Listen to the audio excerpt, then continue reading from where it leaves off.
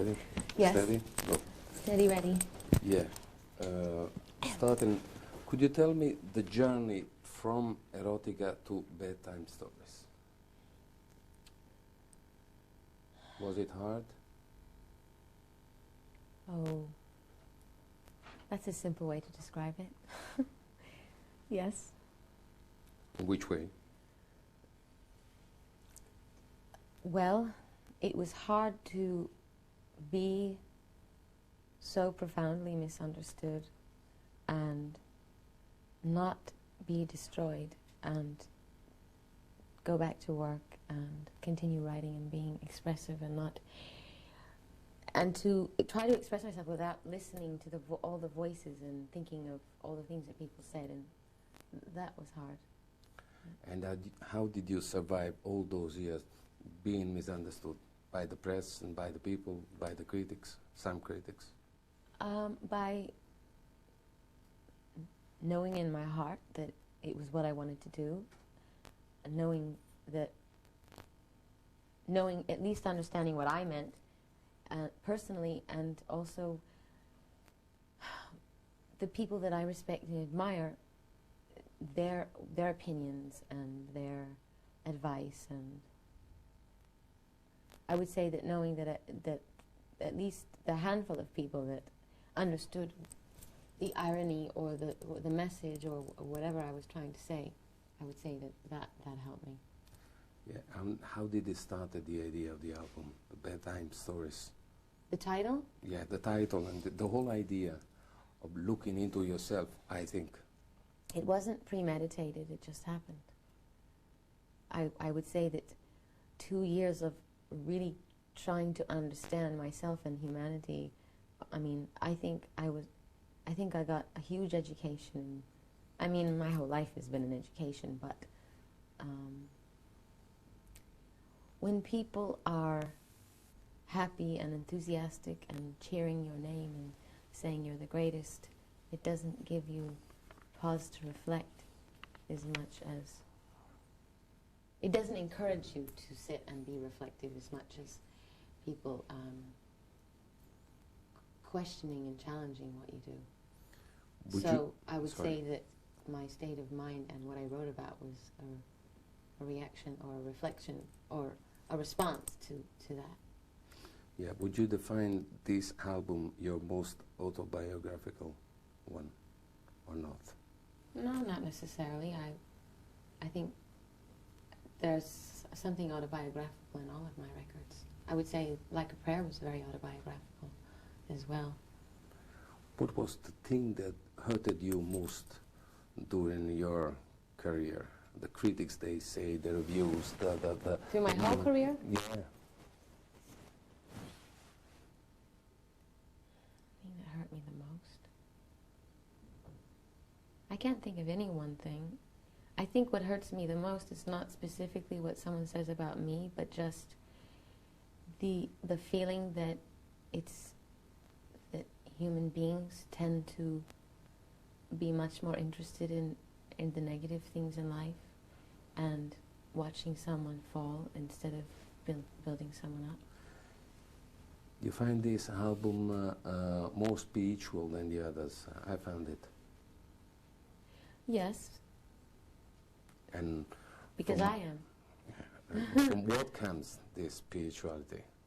From your all the things that I'm telling you, my life, the path that the road that I've traveled, the people that I've met, the decisions I've had to make, the ways that I've had to educate myself and maintain my sanity. Which was the most important person in your life? Be honest, true to yourself. I mean, there's so many important people in my life. The That's most important person in my life? Yeah, the most. The one when you're all by yourself, you think of. Have someone. Everybody has someone. You have someone.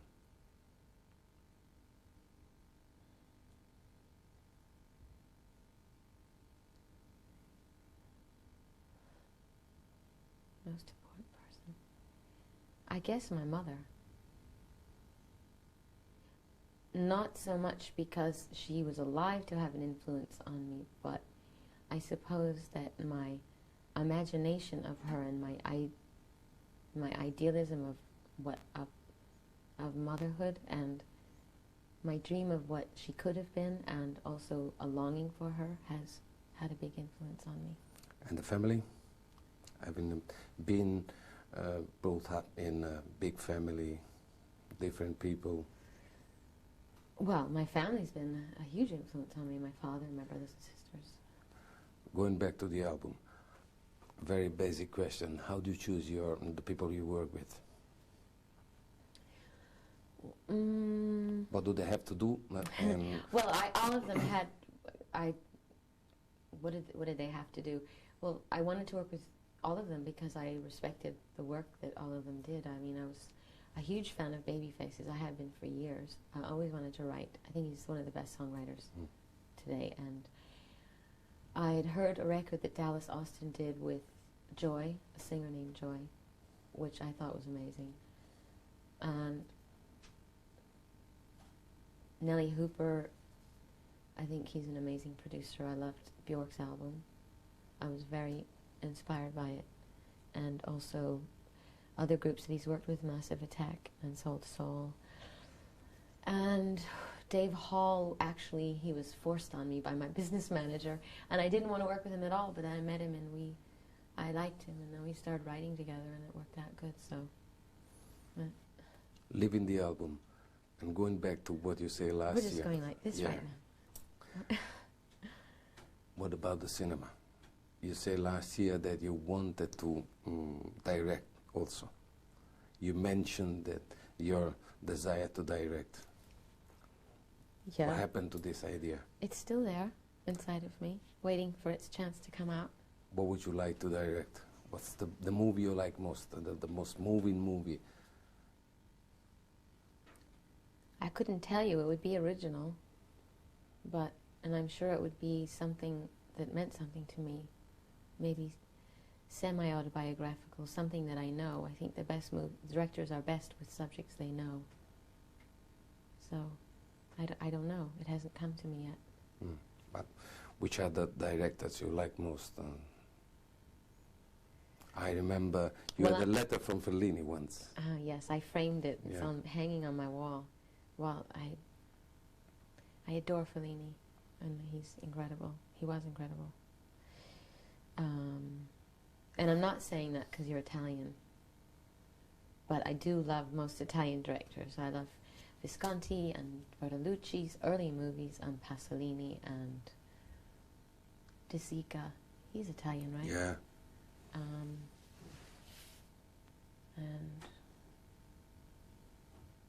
René, Godard, Renoir, all the dead ones. Yeah.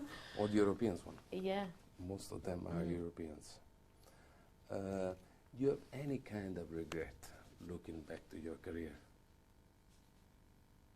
The million-dollar question. No. You did all what you wanted to do, the way you wanted, the minute you wanted. Well, to say that I did everything I wanted to do is not the same as saying I have no regrets. I think having regrets is a waste of time, because even if you make mistakes, you learn from them. So there are things that I think, oh, maybe I should have gone back to school and I could have studied and I would have done this and that. There are things that I would like to have done, but who's to say I still can't do them, and it's not the same as a regret. How do you see yourself in 10 years' time? Still in the music business? I don't know. I don't see. I just live in the present. Do you think that this album is the photograph of the real Madonna? The real Madonna that was missing in the past because it was a sort of a shape that you put in between you and the audiences. From what I hear from a few lines that I've heard from a few songs. You haven't heard the record? Yeah. You have? Yeah. Okay. I loved it. The whole record? Yeah. My opinion is not. No, your opinion matters. I think that the more you do what you do, the better you get at it. So I would say that the more I write, the closer I come to my own voice. Like all writers, I think. I think in the beginning of every artist's career, you tend to copy people or be very inspired by people or take on the ideas of other people, and then slowly and surely you have more confidence and you start to find your own voice. What helps you most in writing? Say, meeting people, reading, watching television, seeing life, hearing people telling you stories, looking into yourself, what? All of the above. I mean, life, period. I would say that people inspire me. You know, whether it's a friend or someone I know intimately or someone I watch on the street. What gives you most at this time of your career the sense of your roots? Sense of my roots. Difficult one? No.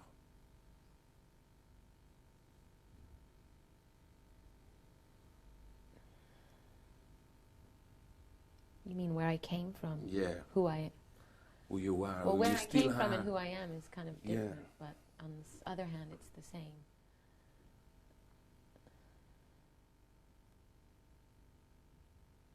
I'd say my work gives me that, a sense of myself, who I am.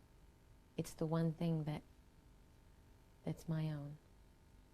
Do you feel the pressure of being, for so many years now, a cultural icon, the symbol of success, the most successful woman in the music business in the world? Yes, I feel the Things pressure. like that, you know. I feel the pressure. I feel the pressure at this very moment. And how do you deal or fight this pressure for being yourself, for remain the girl The girl 10, from 15 years the ago? girl from Detroit. Yeah. How do I don't know. How do I maintain my sanity? Is that what you're asking? Yeah. Well, it's difficult.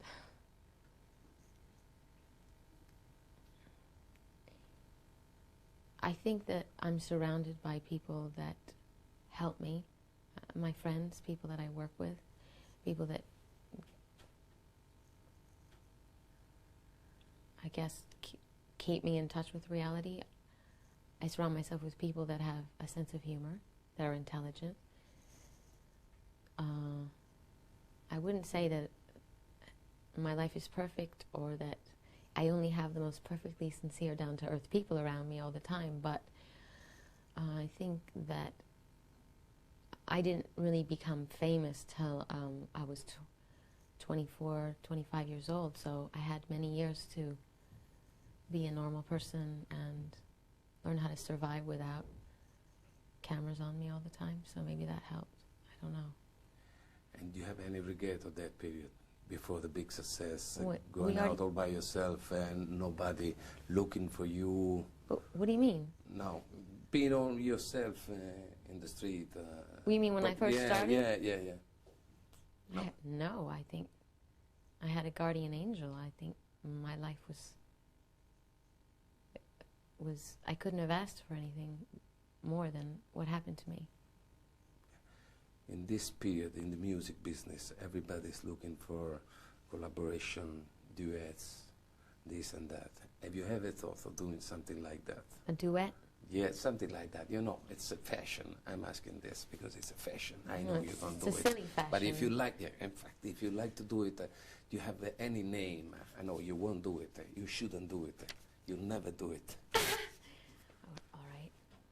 I definitely won't do it. Yeah, okay, but a dream. Tomorrow you wake up, call me. But if you held a gun to my head and I Yeah. had to do it. Yeah, I had the gun. Okay, Little Jimmy Scott. Thank you very much. Oh, you're welcome. And what about the cinema? A duet in the cinema? No, a director and an actor or an actress to work with.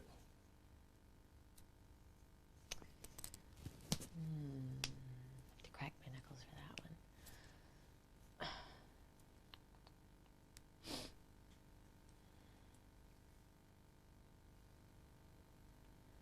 director I would like to work, I would like to work with Martin Scorsese.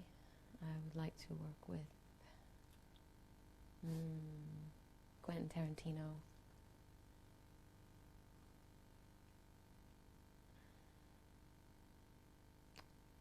All the other good ones are dead.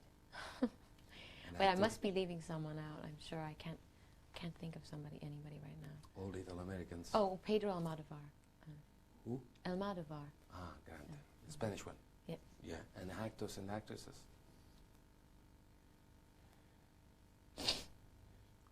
Nobody. Okay. Okay. No, that's not true. There's definitely actors I want to work with. I'm thinking. Cary Grant. No. Cary Grant. No, I'm They're joking. all dead. No, I'm joking. In fact. I want to work with.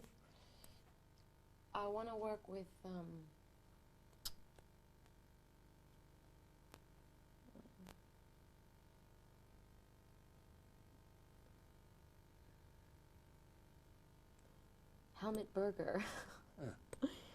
No, the actors that are alive that I really admire. I mean, there's a lot of them. Just can't. I think Gary Oldman is incredible. I'd love to work with him. Eric Roberts. Yeah. Who told you the bad time stories when you were a girl, very little girl? My father. And what sort of bad time stories were? Scary? No, beautiful, not scary. Snow White? Italian fairy tales? Well, he told me a lot of tales, but I only remember the stupidest ones, and I don't remember the specific plot. I just remember that it took place in a garden, and there was a rabbit, and the rabbit was very bad, and the rabbit was always trying to sneak into the garden and eat the vegetables. It was something about good and evil, but something about a carrot and a rabbit. It sounds really boring. Your relationship with him is improved during the year? With my father? Yeah. I would say, yeah. Mm-hmm. How did you deal in the Vogue interview to destroy such a cultural icon like Norman Mailer? You destroyed him. In Esquire? Yeah, Esquire. You destroyed him. I did? Yeah, completely, because he looked like a poor intellectual, run down, completely run down. How did you manage to do this with such a cultural icon of the American culture? Probably you have a receipt to do something like that with such a... I wasn't attempting to destroy him. No, I know, but at the end of the article, the conversation was you 100%, him 1%. Did I win by a knockout? Yeah. Well, I guess I just...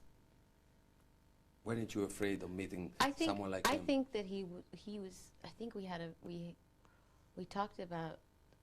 I think we had a fairly intellectual conversation. I mean, he asked me intelligent questions, and that inspired me. It's hard to sound intelligent when people ask you stupid questions. So he raised the level of my game, so to speak. Stupid question. Which was the most stupid question they ever asked you? What was the most stupid question? Yeah, sorry.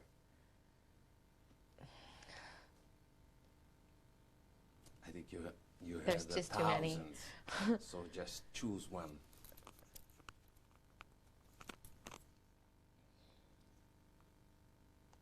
Do I think I've gone too far? Going back to bedtime, as I said before, it has a sense, to me, I heard it twice only, it has a sense of great spirituality, very subtle. How it comes from? From your faith, from being raised as a Catholic girl and never having forgotten that ray. Well, I would think that the spirituality that is very subtle, but very deep. Right. It's more based in the teachings of Hinduism and Buddhism than Catholicism. It's more Eastern, I think. I think it's a struggle. I mean, I was raised as a Catholic, and whether I like it or not, I will always have a rather Catholic view of the world. Sense of sin. a sense of sin, very patriarchal, and always in a struggle with that, you know, the father figure and the sense of sin and redemption and the struggle of good and evil and all of those things.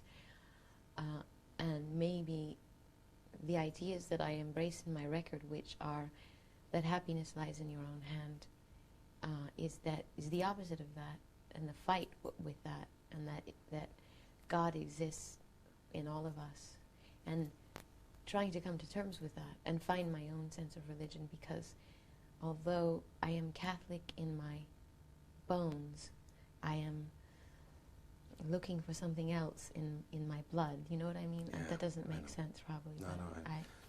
Yeah, and thinking of that, how did you get in touch with the Eastern philosophies and religion? Say Buddhism, you said before, Buddhism and Zen. Reading. Yeah, I'm reading. Reading. Alan Watts. Have you ever heard of a writer named Andrew Harvey? No. Oh, he's a Rhodes Scholar, and he's Indian, but he grew up in London, and he wrote a book called Hidden Journey, and it was his influence and his experience. He befriended an Indian woman. Her name is Mother Meera. She's called a divine avatar. Have you ever heard of that? Well, you'd have to read the book. I'm sorry, I'm not into it. Sorry, forgive me. Well, I wasn't into it either. I'm Someone going just to, gave me the book. But it's actually a very spiritually enlightening book, but very simple. So I was really influenced by that. Yeah. How do you how Madonna writes a song? Because everybody sees you there in the limelight, but how do you work? How Madonna works? How the engine starts? You have the idea, you sit on a table. It's always different. Sometimes I hear music, just a phrase of music, like notes, like a chord progression. And Take a Bow is one of the best songs you ever written. Thank you. I agree. My personal opinion. Thank you. Well, for instance, that song, I heard the melody, da da da da da da da da. That's what Babyface was playing when I walked in. Yeah. And generally, when I hear music and it clicks in my head, I have to be by myself in a room. I lay on my stomach on the floor and I write in a book, and I just play the music over and over and over again till I write the whole song out, and then go back to the music and make a structure or form with the music, and then go back and change the words again. Or sometimes I write in a journal, or I'll have a poem, and I'll take that poem and try to fit it to music. Sometimes I hear music in my head and I can't play an instrument, so I'll go to the person I'm writing music with and say, play this, and that's what they'll do. And poetry has been important for Poetry. your poetry. Poets yes. are important in your what poets? Which poets? Which poems? Americans, French, Italian, English. Chilean? Have you heard Louis of Ferdinand Celine. Pablo Neruda? Okay, You he's must read a book, The Postman of Pablo Neruda. It's a movie by Michael Radford, Antonio Schermata, a Chilean writer. Michael Radford. I know who he is. Yeah, He's English. yeah, he did it. Okay. It's a movie with Philippe Noiret. What's going on? Oh, okay, we have to stop Why? because we're out of time. Ok. Oh, I'm sorry. mi dispiace. Mi dispiace, il postino.